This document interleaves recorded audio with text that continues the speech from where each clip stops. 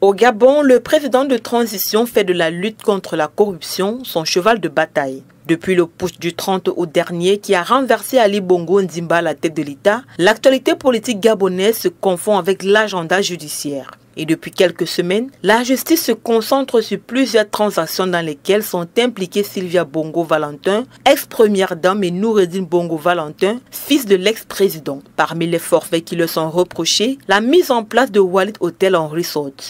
La simple évocation de ce nom ravive des souvenirs assez tristes, mais surtout des critiques nées de la vente de 3 prestigieux établissements hôteliers du Gabon, dont le Radisson Blu et le Rindama. Et au cœur de ces ventes, Maxime Akrombessi, Brice Lacruche Alianga et Noureddine Bongo Valentin. 26 milliards de francs CFA pour le rachat de ces hôtels. Comment Walid Hotel a-t-il fait pour mettre la main sur ces fleurons de l'hôtellerie gabonaise?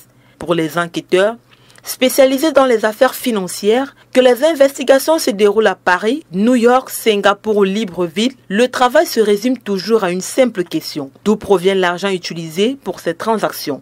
Et pour avoir des réponses, les enquêteurs se mettent à fouiller pour retracer le chemin emprunté par les fonds. Faisant le parallèle avec le Gabon, le ministère du Tourisme, pour répondre à la question, a lancé un audit du parc hôtelier du pays. Si les noms Bongo Valentin et Ouseni Ossa, actuellement sous les projecteurs de l'actualité, sont cités, l'affaire remonterait bien plus loin que ça, quand Maxime Akrombessi était le tout-puissant du pays avant Brice Lacruche Alianga. Pour raconter l'histoire, tout remonte en 2011. À cette époque, le parc hôtelier public gabonais fait face à d'importantes difficultés structurelles et financières. Face à ces difficultés, un groupe d'investisseurs privés locaux, qui à cette époque préférait l'anonymat, entendait prendre le contrôle du parc hôtelier public gabonais pour le structurer. Une ambition qui visait à relancer le secteur touristique du pays. Dans la foulée de sa création et conformément à ses ambitions, Walid Hotel en Resort achetait pour ainsi dire à l'État gabonais Loukoumé Palace, qui est aujourd'hui le Radisson Blu, pour environ 12 milliards de francs CFA. En 2012, le groupe obtenait toujours de l'État gabonais l'hôtel Rindama pour environ 13 milliards de francs CFA. Pendant que certaines indiscrétions soupçonnaient le directeur de cabinet d'Ali Bongo, Maxime Akrombessi, d'être le chef d'orchestre, le groupe était accusé de dépouiller l'État de son patrimoine en complicité avec le groupe BGFI Bank Gabon qui traitait la vente des hôtels. BGFI Bank Gabon avait alors pour directeur général Brice Lacruche Alianga, alors que l'opinion publique se posait des questions sur l'identité des patrons du mystérieux groupe hôtelier et sur la provenance de leurs fonds dans les salons feutrés. Il se susurrait que celui qui deviendra plus tard le directeur de cabinet d'Ali Bongo était le président directeur général de Walid Hotel en Resort à Libreville. Il aurait signé avec le PDG de Résidor,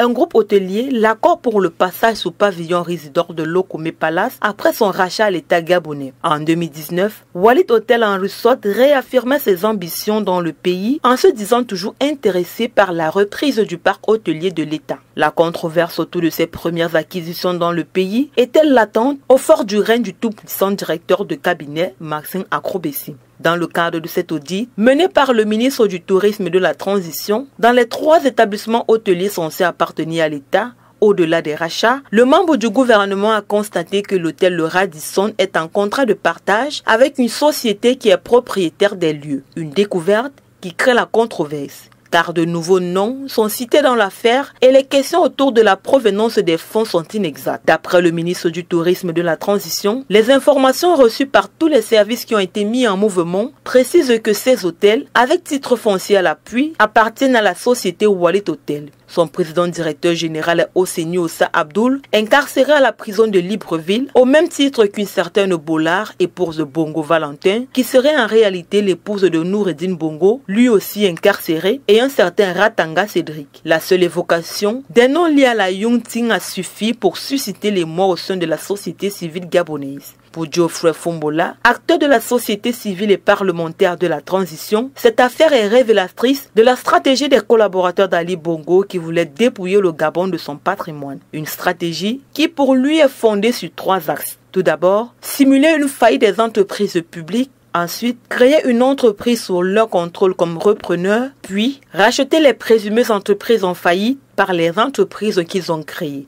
Le début d'une saga qui pourrait à nouveau incriminer Brice Lacruche Alianga.